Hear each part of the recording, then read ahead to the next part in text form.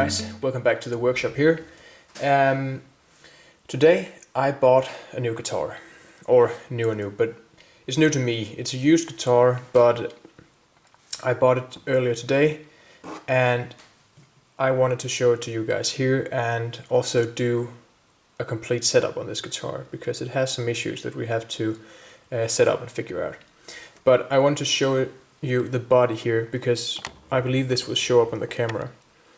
You can actually see that we have some nice, I don't even know what to call this, but from the pictures I thought that this one was black all the way through, but it wasn't really. And if I can take you guys down here, you can probably already see it. Those are not imperfections in the lacquer or the paint. It's just, small imperfection from the wood, but it still looks nice and vintage in that way, so it doesn't bother me. But you can see we have a very nice piece and finish here as well. It looks really good.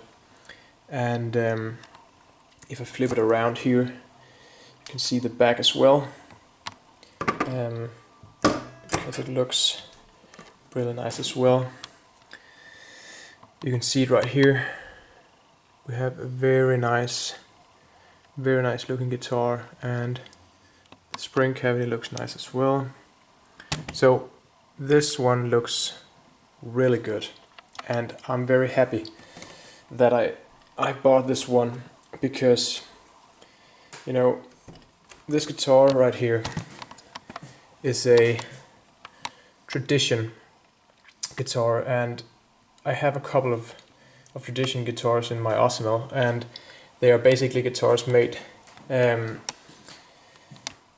they come from Texas in the USA, and from what I heard lately, Tradition has gone out of business because a lot of different things had happened. So these guitars are quite rare to come above. So I pulled the trigger on this one today, and I'm very happy that I did. It's a little different from the other one that I have, because the other one has a humbucker in the bridge and 2 single coils, but these are all single coils, but they sound great. I plugged it in earlier today, and without the setup it sounded great, so with the setup it's going to sound even better. But let's crack on with the setup here, guys. We're going to take a look at a couple of things. I just want to show you this guitar before we get ahead, and yeah, let's get ready to do some setup on this, and I will bring you guys. Right, guys, so the first thing that we want to start by doing is that we want to take our notched straight edge here and put it on the fretboard to see how much relief we have in the neck. And this guitar is a 25.50 scale, so we're going to put it on here in the middle of the fretboard. We're just going to let it sit down right there, and if we go down and sight under the fretboard, we should be able to see that this guitar has a little bit too much relief in it. So if I zoom in here, you guys should be able to see that. Yeah, you can see it right there that we actually have quite a lot of relief in the neck. So we would basically have to go in and take some of this relief out, because this is too much. We want to take it down to about 10 thousandths to be really good, and it's just going to help us get down to what we want. So we will have to adjust the truss rod a little bit in order to get that. So we will get the proper wrench out to do so. And I will just see if I can find it down here. And that seems to be the one. So, we have too much relief in the neck, so we want to straighten the neck out a little bit more. So we want to turn the truss rod, want to place a key up here and we want to turn it to the right, because righty-tighty, lefty-loosey. So we want to turn it a little bit to the right here. So if I give it a little bit, and this rod turns easy without problems. So very pleased with that as well. Let's place the straight edge, and let me just take you guys down here so we can take another look and see if we have taken out the gap. Okay, so we have, eliminated some of the gap, and it's starting to look better. But let me just check right here. Still need to tighten it a little bit more in order to get it to what I like. So let's get it down here again. And let's just try and tighten it a little bit more.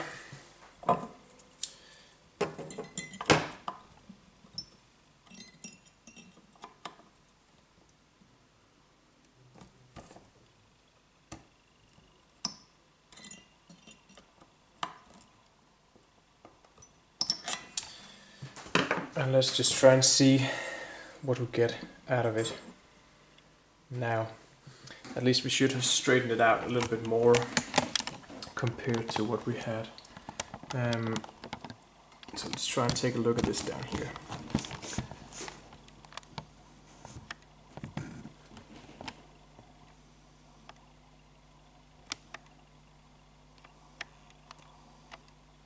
Okay, so it looks like we don't really have that much of a gap anymore.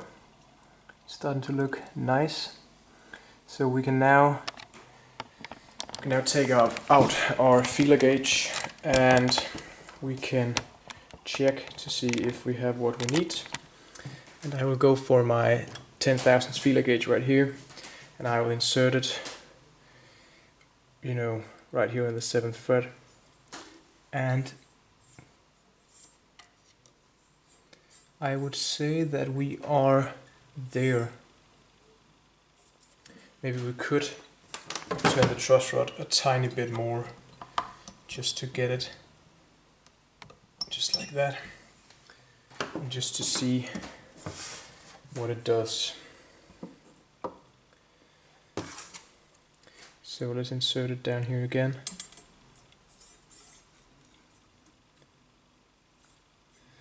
And I would say that we are getting there. I would probably, leave it there. We can take the guitar down here in playing position, and we can affix a capo right on top of the 1st fret. We can take our 10,000 feeler gauge again here. We can start by pressing down the low E at the 17th fret, and we can find the 7th fret, see where we're at. This basically looks good. We can also go down to the last fret and measure. And I would say that we have 10,000ths of relief right now in the neck.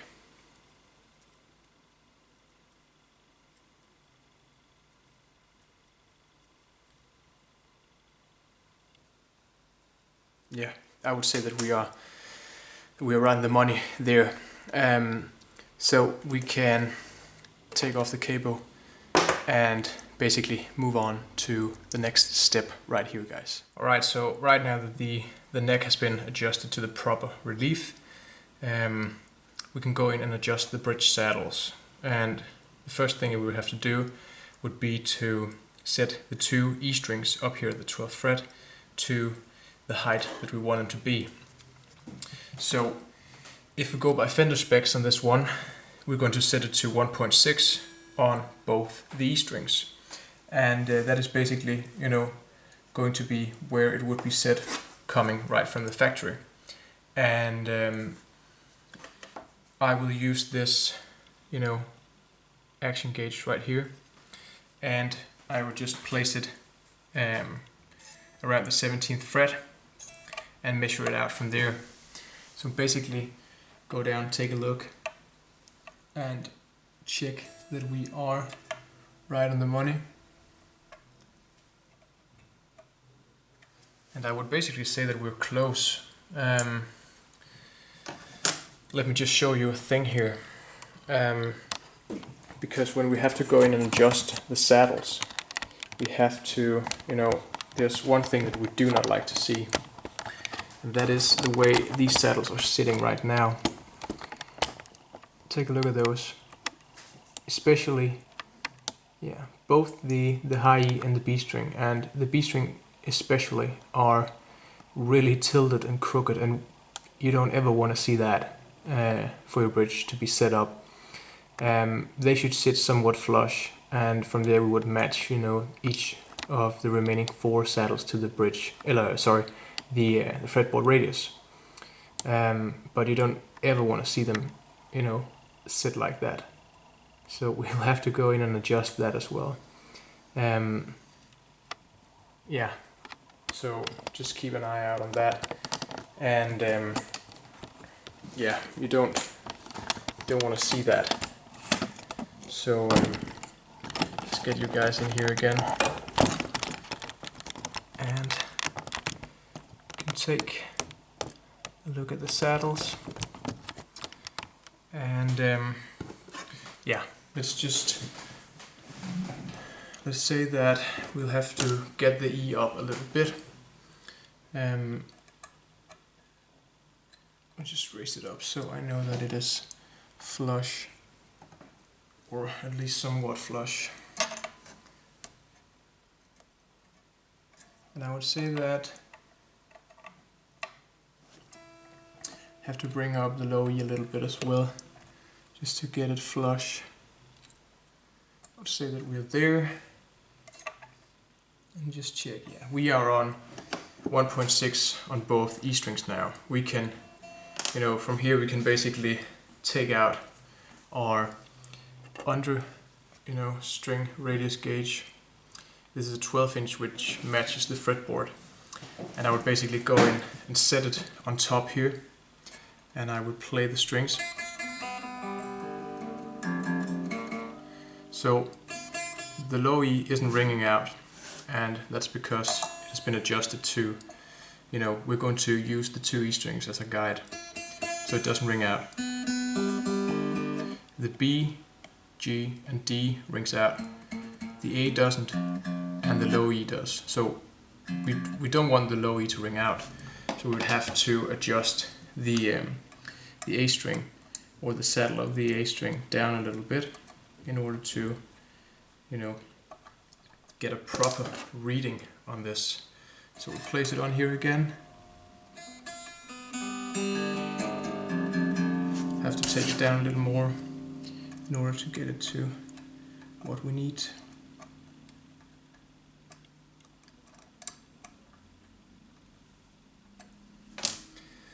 We'll just place the gauge again.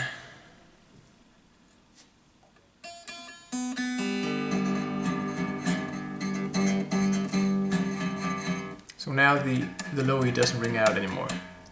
We can basically start to, adjust our saddles from there.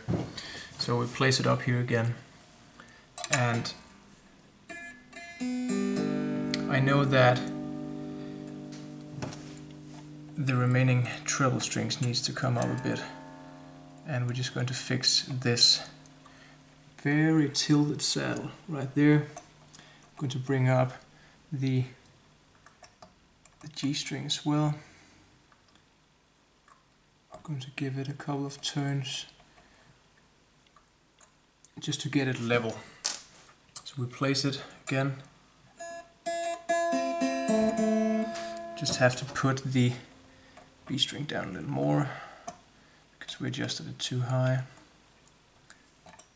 Just make sure that we are good.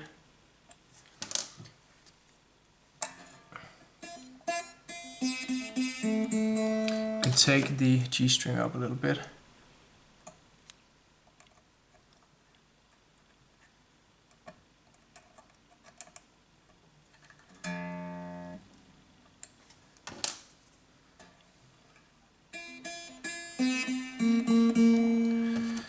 and we're going to tune the guitar in a little bit, but yeah, you want to tune it after your adjustments. So we're just going to tune it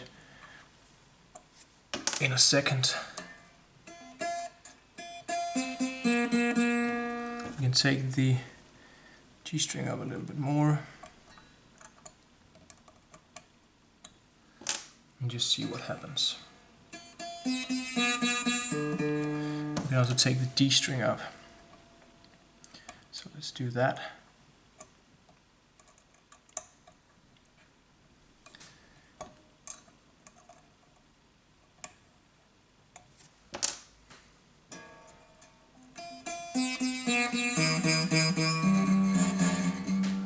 Now we can take the A string up a little bit as well.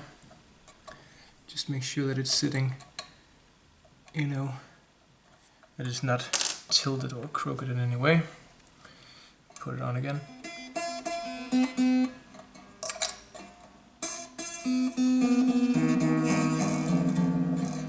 Might have adjusted the A a little too much. Just going to take it down a little bit and see what happens. So right now we are basically where we need to be with the bridge saddle adjustment. So let me get my tuner out and tune this to pitch, and we can start to take a look at the knot action up here and see if there are any more problems that we need to solve. So I'll be right back, guys. Right, guys, so I just, tuned the guitar to pitch. I played it a little bit in order to see how the string action were and if the saddles has been, adjusted correctly, and it feels nice. And the guitar plays very well. If we take a look at the, the saddles right here on the bridge, you can see that they are adjusted for perfect intonation, because you will see that if we start over here, that the E string will be, to rough it in, it would be set to the scale length of the guitar. Then the B string would be adjusted a little back from that, and the same with the the G string. The D string would be set parallel to the B string, and from there the A and the E string would be adjusted back. And as you can see here, this is basically what we have, right? This one sitting a little proud, this one a little behind, a little more behind, parallel with the B string, and then basically just the same here. So it plays fine, and it intonates, so no problem. We will have no further problems there. So I could basically just set it there to be close, and when I put on a new set of strings, we will be really close to perfect intonation. There are a couple of things that I would like to change or work on with this guitar. Sorry for the camera action. When I play, I have quite a lot of notes buzzing out, so I suspect that we might have some high frets, and this is not uncommon for guitars that has been played for a while, and every guitar needs a fret level at some point. So let's take out the fret rocker here, and let's just go over some of the frets. We actually have some good amount of rocking here on the second fret, and I can hear some buzzing when I play as well here.